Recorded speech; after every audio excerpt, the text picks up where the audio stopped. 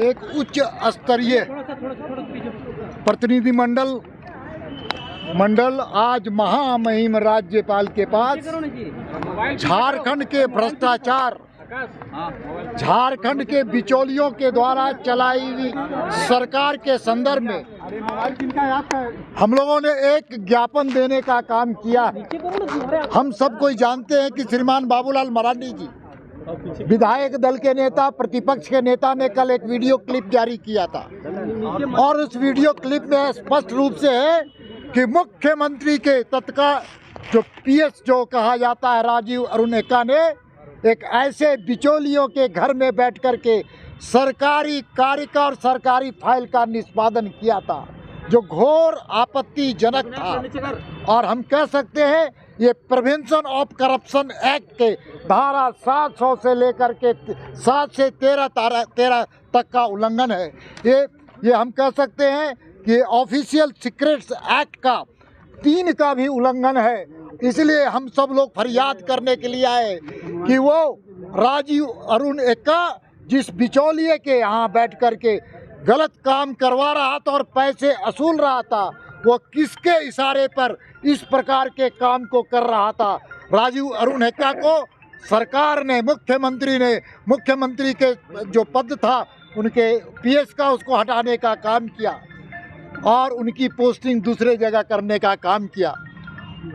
Supreme court के कई judgement में स्पष्ट रूप से उल्लेख है और ये उल्लेख है कि transfer is not punishment, transfer कोई पनिशमेंट नहीं माना है। सुप्रीम कोर्ट ने सरकार इस मामले को रफा दफा करना चाहता है।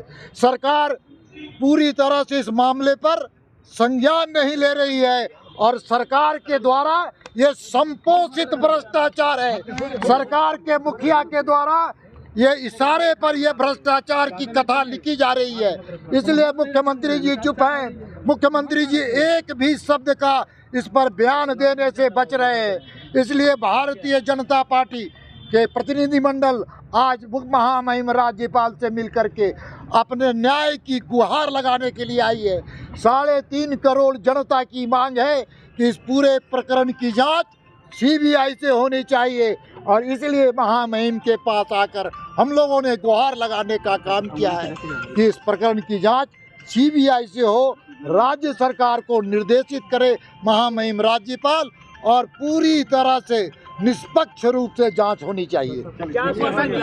इससे पहले जब एक बार प्रतिनिधिमंडल जांच की मांग को लेकर आया था उसमें इतना वक्त लग गया, अब आपको लग रहा है ये जल्दी हो पाए? देखिए, हम सबको जानते हैं ये घटना कोई साधारण घटना नहीं घटी। मुख्यमंत्री के पीएस के द्वारा ये घटना घटी गई है और मुख्यमंत्री पास गृह विभाग है और गृह विभाग के सचिव ही राजीव अरुण एक्का है और जिस बिचौलिए के घर में बैठ करके फाइलों का निष्पादन कर रहे थे वो एक घनघोर आपत्तिजनक ही नहीं बल्कि वो क्रिमिनल एक्टिविटी के रूप में आता है। वो प्रिवेंशन ऑफ करप्शन एक्ट में आता है और वो सीक्रेट फाइल होता है और सीक्रेट फाइल होता है।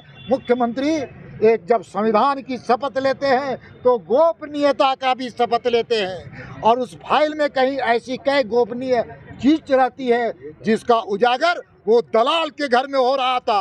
वो ऐसे दलाल के घर में हो रहा था जिसको ईडी ने टारगेटेड किया है और ईडी उस पर लगातार उस पर कार्रवाई कर रही है। वैसे घर में बैठ करके एक वरिष्ठ आईएएस अपने आचरण को दिखा रहा है और वो किसके इशारे पर कर रहा है ये पूरा पोल खोल सीबीआई के जांच से हो जाएगी।